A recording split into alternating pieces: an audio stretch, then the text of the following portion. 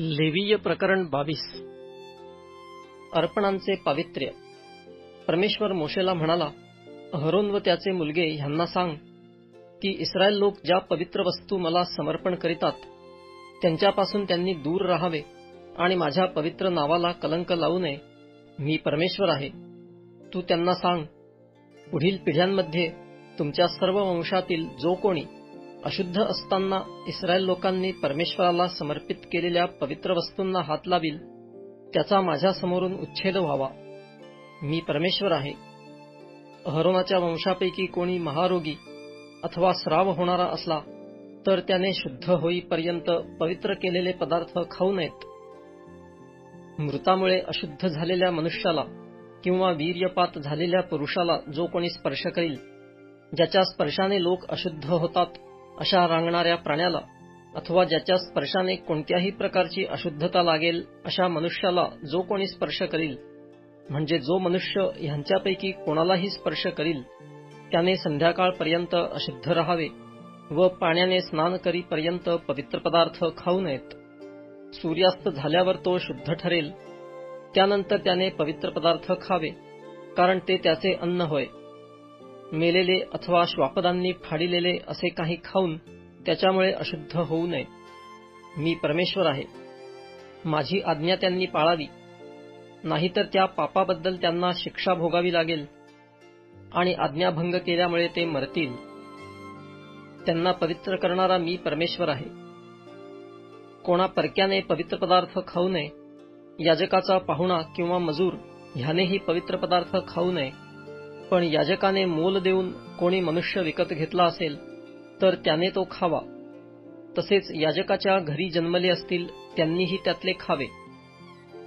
याजकाची मुलगी कोणा परक्याला दिली असेल तर समर्पण केलेले पवित्र पदार्थ तिने खाऊ नयेत.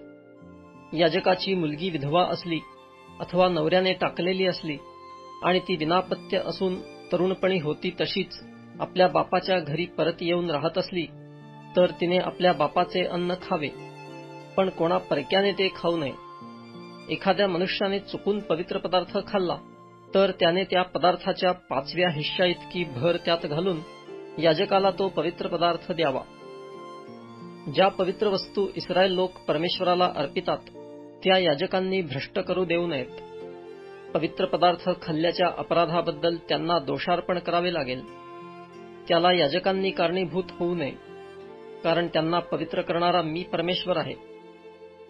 परमेश्वर मोशेला म्हणाला, अहरोन, त्याचे मुलगे व सर्व इस्रायल लोक ह्यांना सांग की तुम्हा इस्रायल लोकांपैकी अथवा तुम्हामध्ये राहणाऱ्या उपरी लोकांपैकी कोणी आपल्या नवसांच्या अथवा स्वखुशीच्या यज्ञबलीचा परमेश्वराप्रीत्यर्थ होम करील तर तुमचा स्वीकार करण्यात यावा म्हणून गुरे, मेंढरे अथवा बकरी ह्यातील दोषहीन नर अर्पण करावा. सदोष असलेला कोणताही प्राणी अर्पू नये, कारण तो तुमच्या प्रीत्यर्थ स्वीकारला जाणार नाही. आपला नवस पुरा करण्यासाठी अथवा खुशीच्या अर्पणासाठी कोणी परमेश्वराप्रीत्यर्थ गुराढोरातून किंवा शेरडा मेंढरातून शांत्यर्पण करील तर ते मान्य होण्यासाठी दोषहीन असावे. त्यात काही दोष नसावा.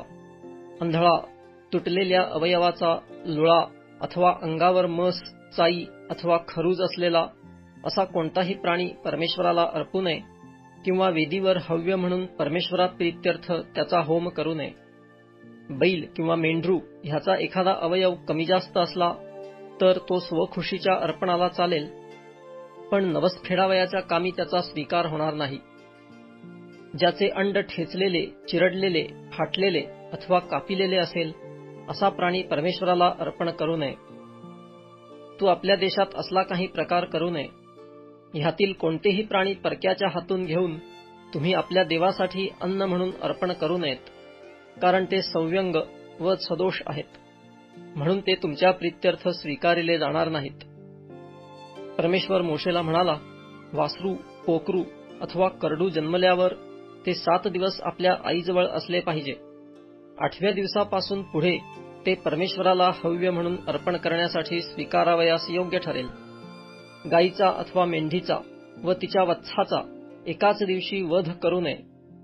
तुम्ही परमेश्वराप्रीत्यर्थ उपकार स्तुतीच्या बलीचा यज्ञ कराल तेव्हा तुमचा स्वीकार होईल अशा प्रकारे तो करा. त्याच दिवशी तो खाण्यात यावा, त्यातील काही सकाळपर्यंत शिल्लक ठेवू नये.